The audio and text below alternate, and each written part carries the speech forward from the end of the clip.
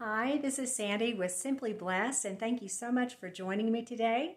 Today we're going to talk about clustering and how that makes your life flow easier, it makes it more simple, and it makes it easier to move throughout your day. Let's take a look at clustering and how that looks in my daily life.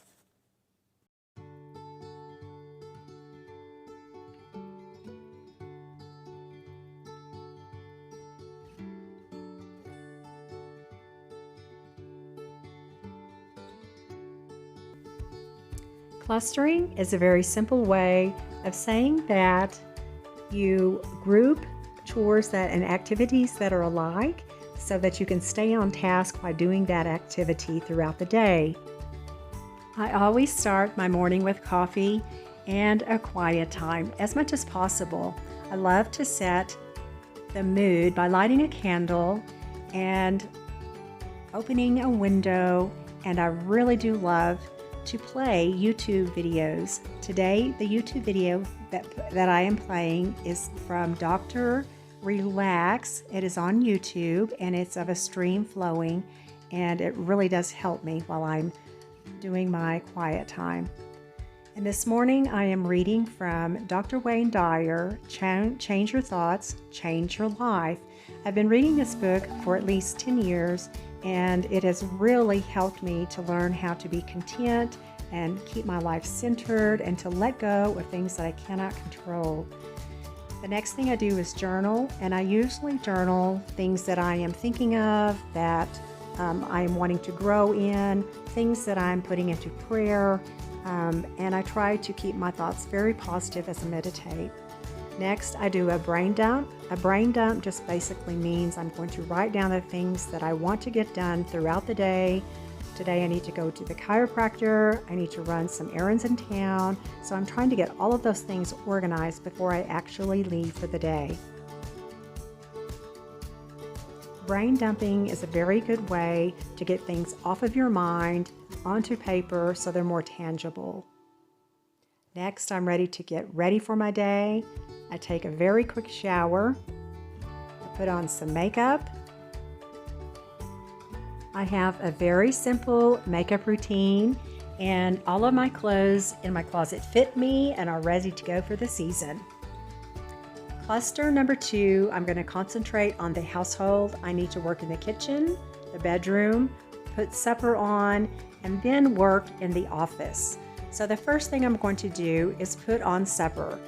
I love to make crock-pot meals, so today I am cutting up an onion. I have already washed my corn on the cob and my potatoes. So I'm going to do baked potatoes and corn on the cob on a roast. And this is a very simple meal.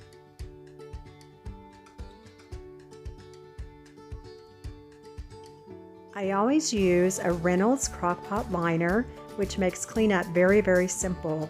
Today I'm putting quite a bit of water on my roast because we love to drink the broth, and whenever I do this I try to use extra bouillon, and so today I'm putting on beef bouillon so that it will have a little bit more flavor. We use a whole lot of spices. I've done this for years, and we both like spicy things, so I am putting a lot of flavor on my roast today. And what I always do is I turn my roast onto high, or first I put it on high. Sometimes my roast is even frozen whenever I start. So for the first 3 hours I put it on high, and the last 3 to 4 hours I put it on low. If I don't put it on that low setting, I've noticed that a lot of times my meat is tough. It is still tasty, but it's not near as tender as when I have that low setting. These are the spices that I am using today: ground pepper, parsley, cumin, and oregano. And let me give you a really quick look at my turntables. I have 4 turntable spice racks, and they're right by my stove, and it makes it very easy to grab, and so I use a lot of spices. The next thing, I'm setting a timer for 5 minutes, and I'm going to work in the bedroom. So the first thing I'm going to do is I'm going to use a clothing brush, and I shake off all of my blankets and my throws, and that's because Jazzy usually sleeps with me, and I try really hard to just keep the dog hair under control in my house, but it is difficult. She is part of our family, and it's just part of living with a doggie. So I am using a clothing brush here to wipe off the top of my bed, and you will notice that quite a bit of hair did come off.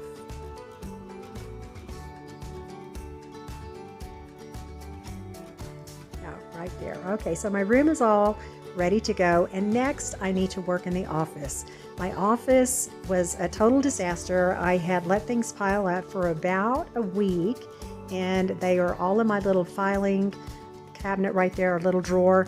And so I went ahead and organized everything, and the first thing I went through is receipts. I accumulate receipts in my purse and in my billfold, so I went through those very quickly to see which ones I needed to keep, which ones I needed to file with my VIP kid, and which ones I needed to throw away.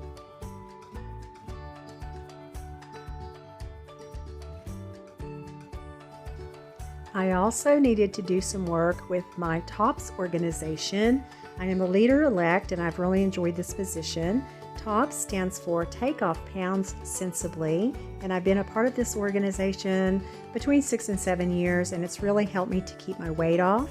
But there were quite a few things that I needed to send out to other members, quite a few phone calls that I needed to make, and I needed to clear out my folder.